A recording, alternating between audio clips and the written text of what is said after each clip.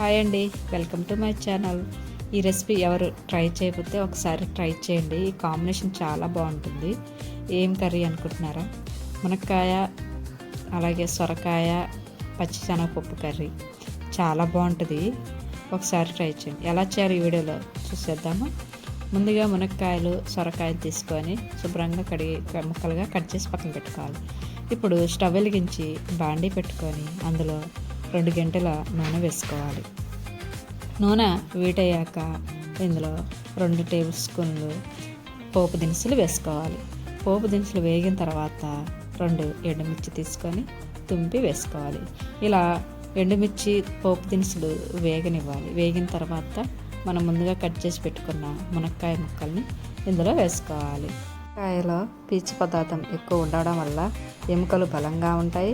అలాగే రోగ నిరోధక శక్తిని పెంచడానికి ఉపయోగపడుతుంది. ఇలా వేసుకున్న వాటిని మనం 1 నిమిషం లేదా 2 నిమిషాలు మూత పెట్టి నూనెలో వేగనివ్వాలి. ఇలా వేగిన తర్వాత ముందుగా కట్ చేసి పెట్టుకున్న సొరకాయ ముక్కల్ని కూడా ఇందులో వేసుకోవాలి. సొరకాయల్లో నీరు శాతం ఎక్కువగా ఉండడం వల్ల శరీరాన్ని సలపరుస్తుంది, జీర్ణక్రియను మెరుగుపరచడానికి ఉపయోగపడుతుంది. ఇప్పుడు ముందుగా నానబెట్టి పెట్టుకున్న పచ్చిశనగపప్పుని 2 స్పూన్లు వేసుకుందాం.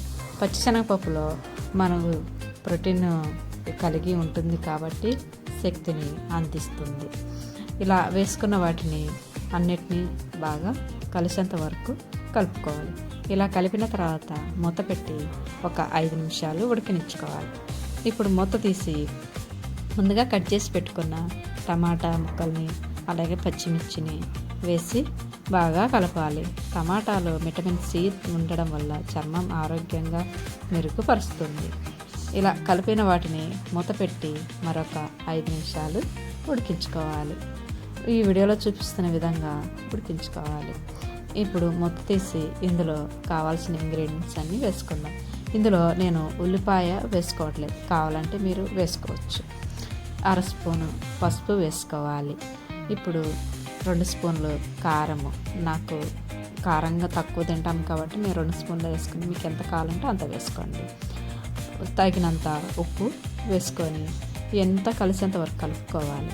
ఈ వీడియోలో చూపిస్తున్న విధంగా కలుపుకొని మూత పెట్టి ఒక 5-6 నిమిషాలు ఉడికించుకోవాలి. ఇందులో నీళ్లు కానీ అలాంటివి ఏమీ వేయకుండా ఉడికించుకోవాలి. ఇలా పచ్చిశనగపప్పు మునక్కాయ వండి పెడితే అసలు ఎంతో ఇష్టంగా తింటారు. కావాలంటే ఒకసారి ట్రై చేయండి, చాలా బాగుంటుంది. ఇందులో నేను మసాలాలు అలాంటివి ఏమీ వేయకుండా వండుతున్నాను అన్నమాట. కావాలంటే మీరు మసాలా అయినా వేసుకోవచ్చు, నేను ఇక్కడ వేయట్లేదు. ఇప్పుడు మనం మూత తీసి శుభ్రంగా కలుపుకొని కావాల్సిన ఇంగ్రీడియంట్స్ మీద అయినా వేద్దాం. కరివేపాకు, అలాగే 1 స్పూను జీలకర్ర పొడి, 1/2 స్పూను ఆవాల పొడి వేసుకోవాలి.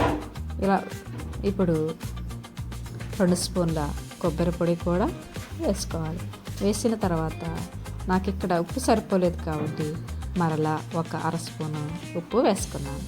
ఇవన్నీ కలిసేంత వరకు కలపాలన్నమాట. ఈ వీడియోలో చూపిస్తున్న విధంగా కలుపుకొని మనం మూత పెట్టి ఈ మసాలా అంతా కూరకు పట్టేంత వరకు ఒక 2 నిమిషాలు ఉడికించుకొని పెట్టుకోవాలి. అంతేనండి, ఈ కూర రెడీ. ఒకసారి ట్రై చేయండి, చాలా బాగుంటుంది. ఇది వేడివేడిగా సర్వ్ చేసుకొని అన్నంలోకి కానీ చపాతీకి కానీ లేదా రోటీలోకి కానీ దేంట్లోకైనా చాలా బాగుంటుంది. ఒకసారి ట్రై చేయండి. మీకు ఎలా కుదిరిందో కామెంట్ చేయండి. అలాగే సబ్స్క్రైబ్ చేసుకోండి. Thank you.